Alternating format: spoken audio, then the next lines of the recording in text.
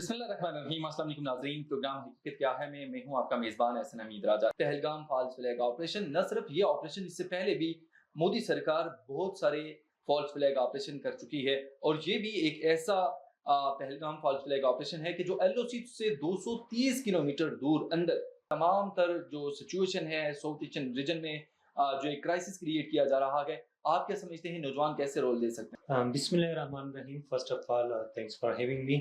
बिल्कुल जैसे आपने बात की कि पाकिस्तान में 60% से अबव नौजवान है, तो बेसिकली पाकिस्तान का जो पॉपुलेशन है वो 64% ऑफ द पॉपुलेशन जो है वो नौजवान पर मुश्तमिल है। दुनिया में जो आईटी का काम हो रहा है, दुनिया बिलियंस कमा रही है और हम इसमें पीछे आखिर क्यों हैं, इसकी क्या वजह है? क्योंकि डेफिनेटली दुनिया इस जो कंडीशंस में बिलियंस से भी ऊपर कमा रही है। वैलिड क्वेश्चन आपने पूछा कि दुनिया बहुत ज़्यादा कमा रही है, हम क्यों नहीं कमा रहे। पहले अगर हम अपने आईटी सेक्टर की बात करें तो we got a very good skilled resource, बहुत अच्छी रिसोर्स है।